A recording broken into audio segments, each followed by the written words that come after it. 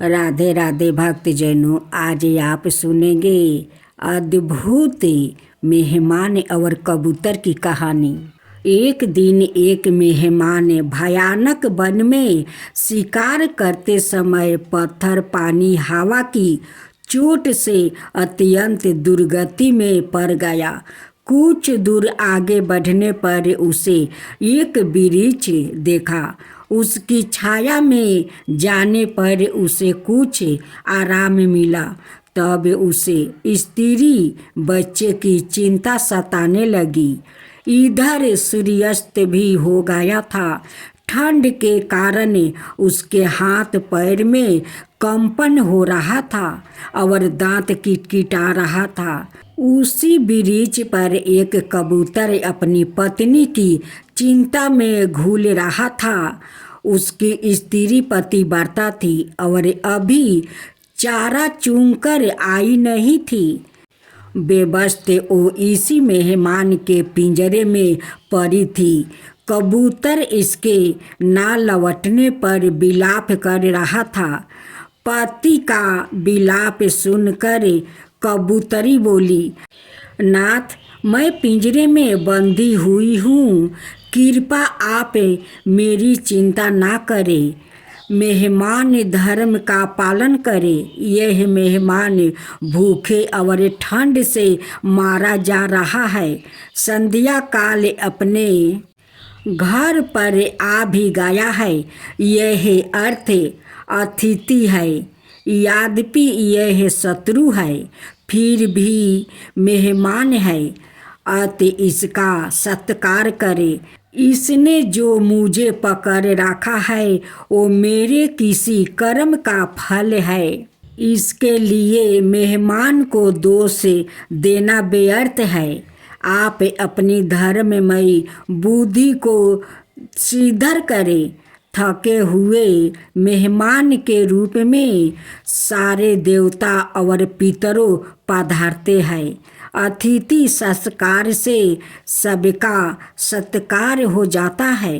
यदि अतिथि निराश होकर लौट जाता है तो सभी देवता और पितरों भी लौट जाते हैं। आप इस बात पर ध्यान ना दें कि इस मेहमान ने आपकी पत्नी को पकड़ रखा है, क्योंकि उपकार करने वाले के साथ जो अच्छा बर्ताव करता है वही पुण्य का भागी बन जाता है।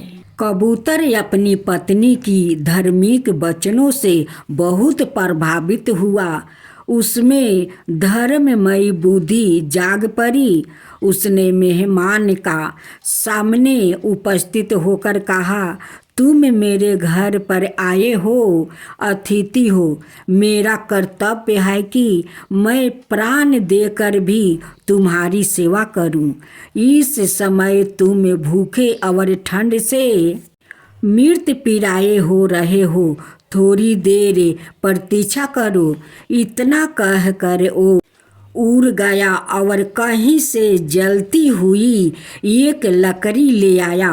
उसे लकड़ी के ढेर पर रख दिया। धीरे धीरे आग जल उठी। उसे मेहमान की ठंड दूर हो गई।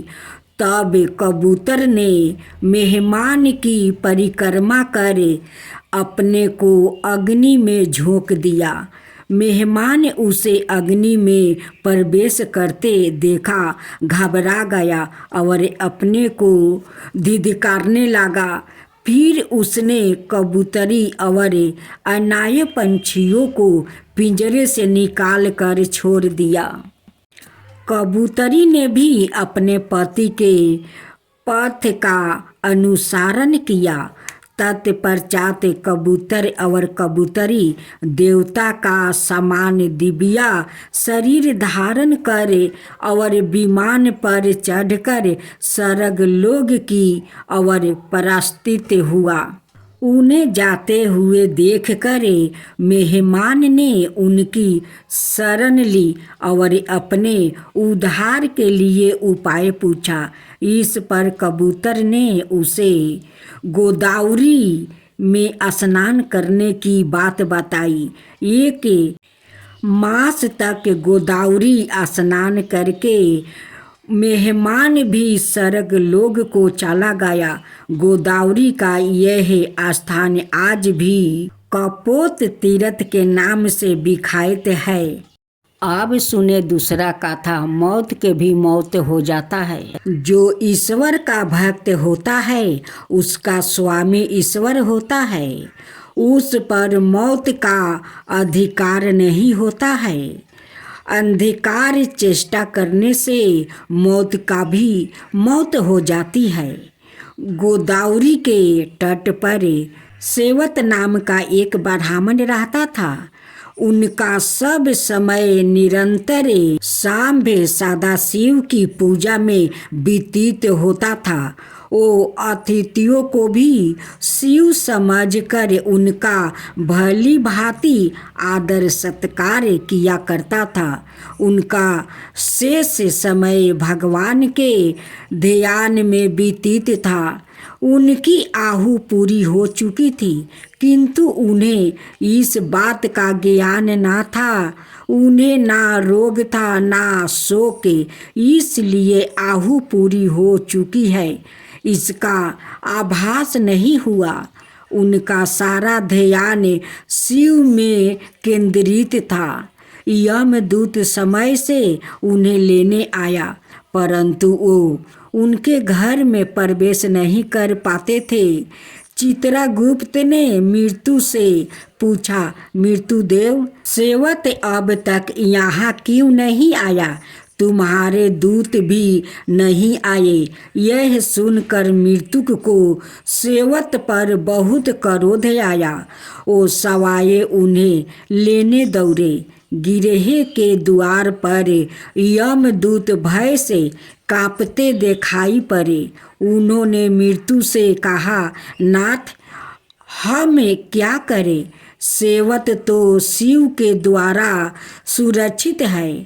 उसे तो हम देख भी नहीं पा रहे हैं। उसके पास पहुंचना तो अत्यंत कठिन है। दूतों की बात सुनकर मौत का क्रोध और भड़क उठा। वो झट से ब्राह्मण के घर में प्रवेश कर गया।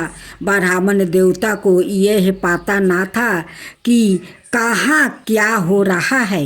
मृत्युदेव को झपटते देखकर भैरव बाबा ने कहा, मृत्युदेव, आप लौट जाइए। किंतु मृत्युदेव ने उनकी बातों को अनसुनी कर सेवत पर फंदा डाल दिया। भक्त पर मृत्यु का यह आक्रमण भैरव बाबा को सहन न हुआ। उन्होंने मृत्यु पर डंडे से प्रहार किया। मृत्युदेव वही ठंडा हो गया। यमदूत भाग कर यमराज के पास पहुंचा। वो डर के मारे थर थर कांप रहे थे। मृत्यु के सुनकर यमराज को बड़ा क्रोध आ गया। उन्होंने हाथ में यम डंडा ले लिया और अपनी सेना के साथ सेवत का पास पहुंच गया। वहाँ भगवान शंकर के पार्षद पहले से ही खड़े थे। सेनापति कार्तिकेय के शक्ति अस्त्र से सेना सहित यमराज की भी मृत्यु के हो गई। यह अपूर्ण समाचार सुनकर भगवान सूर्य देवता के साथ ब्राह्मण के पास पहुँचे और ब्राह्मण सबके साथ घटना स्थल पर आया। देवताओं ने भगवान शंकर की स्तुति की और कहा, भगवान यमराज सूर्य के पुत्र है। यह लोकपाल है। इन्हों कोई अपराध या पाप नहीं किया है, अतः इनका वध नहीं होना चाहिए। इन्हें जीवित कर दे, नहीं तो अनाथ हो जाएगी। भगवान, आपसे की हुई प्रार्थना कभी व्यर्थ नहीं होती। भगवान आशुतोष ने कहा, मैं भी व्यवस्था के पक्ष में हूँ। वेद की एक व्यवस्था है कि जो मेरे अथवा भगवान विष्णु के भक्त है उनके स्वामी सवाए हम लोग के होते हैं। मृत्यु का उन पर कोई अधिकार नहीं होता है। यमराज के लिए यह व्यवस्था की गई है कि वो भक्तों को अनुचोर के साथ प्रणाम करे। इसके बाद भगवान आशुतोष ने नंदी के द्वारे गौतमी गंगा गोदावरी का जल मेरे लाए हुए लोग पर छिड़कवा दो। तत्क्षण सब के सब स्वस्थ होकर उठ खड़े हुए।